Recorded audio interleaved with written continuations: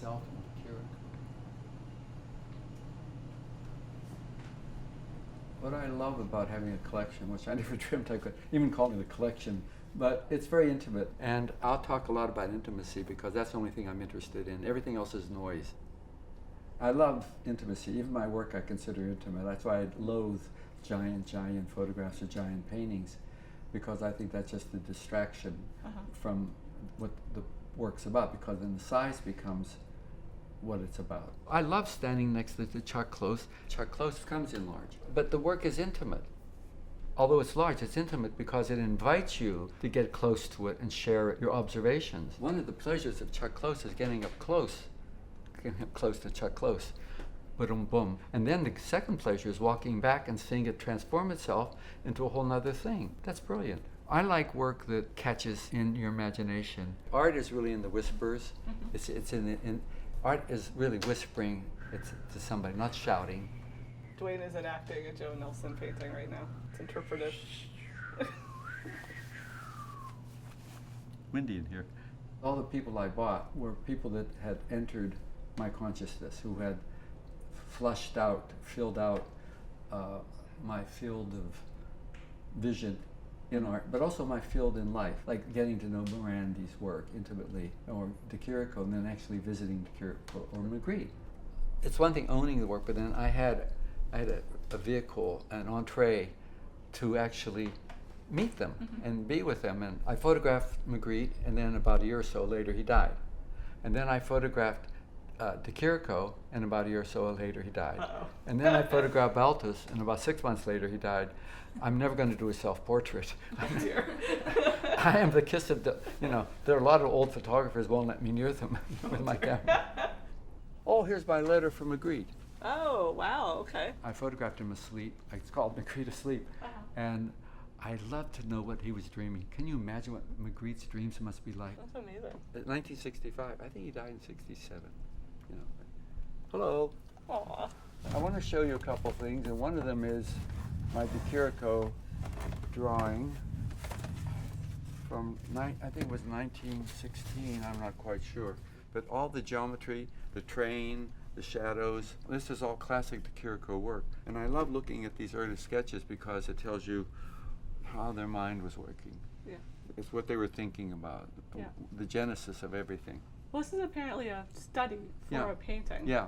Working study. I just like the idea he was sitting, in Paris in some probably cheap hotel room with cheap wine and cheap women. No, but sitting in the cheap hotel room and doing some sketches, thinking about what he wants to do, and then suddenly here it ends up. He was the authentic surrealist. Everybody else, they were all followers. Yeah. Well, let's see what else we have up here. Whoa. So you have some Balthus drawings in there? Yeah, I have these. This is interesting. I'll tell you about those. These are early Balthus drawings. You see this? In France, there's a wonderful restaurant called, I think it's La Méditerranée, and Balthus did this painting for them. And he loves cats. He called himself the king of the cats. The cat's sitting at a table eating a fish, and see these fishermen in the boat? This is how the fish gets in the plate. The fish jumps over the rainbow and lands on his plate. And this is really exactly what the painting ended up looking like. And this is the thinking. This is how the whole thing came together. Very playful. Yeah, it's wonderful. It's delightful. Balthus to me is one of the great. I love the theatricality. And at the moment, they have this wonderful street scene, artificially set up street scene. And I used to go visit that all the time. And this is the street. This was called the Passage du Commerce Saint-André. It's still there. There was a dealer in Paris who asked me to photograph his kids. And so we exchanged. I'd rather have the drawings than the money. I did the photograph of this exact street, and then I painted all the characters that were in the painting. So they're painted on by me in the photograph of exactly the same street scene. So he's a really important artist to you. Oh, major. I mean, I hello? No, I gave it the office. Okay. Was it Balthus? The ghost of Balthus. He was speaking French, so I didn't pay any attention. So here's another Balthus. This one, was actually a drawing done for a painting. And I love the sort of half sock she's wearing. There's something very mystical about it, mysterious. You know, I mean, it's like she's walking in a dream or something. When I went to visit him, he was really quite old. And so the male nurse said, where do you want him to sit? And when Balthus heard me say sit, he began to sit. But there was no chair there. And you know, everybody kept saying, you know, don't sit, don't sit. And I thought, you know, if he crashes to the floor, I will be the Balthus killer. I mean, he'll break into 1,000 pieces. Balthus's signature was young girls looking in the mirror. This time I had the wife hold the mirror. So finally, the mirror that he was always having women look at, he turned onto himself to see whom he became in old age. So many elements come together in this photograph. First of all, it's an Irving Penn print. And I love the idea that Irving Penn photographed Balthus, and I did too later, but in such an entirely different way. In this case, Balthus, he is so chic, he's so full of his own style. He's very aware of the camera. And he's very aware of himself. He is so full of himself. Irving Penn, of course, was the most elegant of all photographers. Penn's light was always this fantastic light. Mm-hmm. I'm invited to look at that. It's a certain kind of confidence he has. This is the best. Of course, I only have the best, and now you have the best.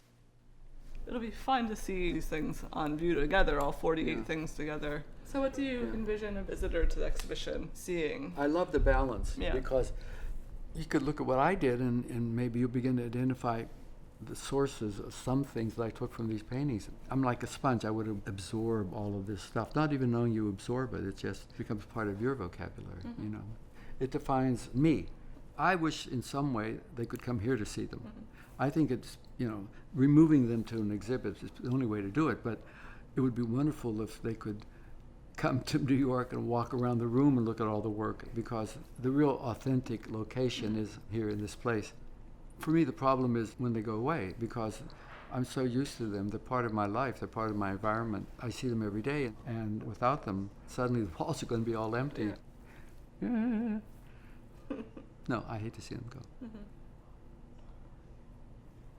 So for a young kid in Pittsburgh now who comes to the museum and sees this collection in the galleries, what do you kind of hope he or she will get from it, or the same come away thing with? that I got from it. I hope that it excites him and shows him things he never thought of before, or shows him possibilities, or encourages him to try to emulate this, to use this as a point of departure. And but you're always absorbing all this stuff, and then one day it all comes out. I always say that New York is my home, but Pittsburgh is my spiritual home. And there was a letter in the Post-Gazette I read that you brought. A man wrote a column complaining that all the bridges are named after people who had left Pittsburgh and made names someplace else. But he missed the point. What's important are those first years you spend anywhere. Pittsburgh is small, and that's the great genius of it. It's such a nurturing community. You know, has all the patina and all the history, and by going to the museum and looking at all that work, that was all incorporated. Where else could I have seen all that work? So when I said, although these people did not make their careers in Pittsburgh, all the important things that shaped them to make those careers came from Pittsburgh, and that's the reason these people should be heralded as products of the city. Now it should be known for these people, Gene Kelly, all these wonderful people who came from there.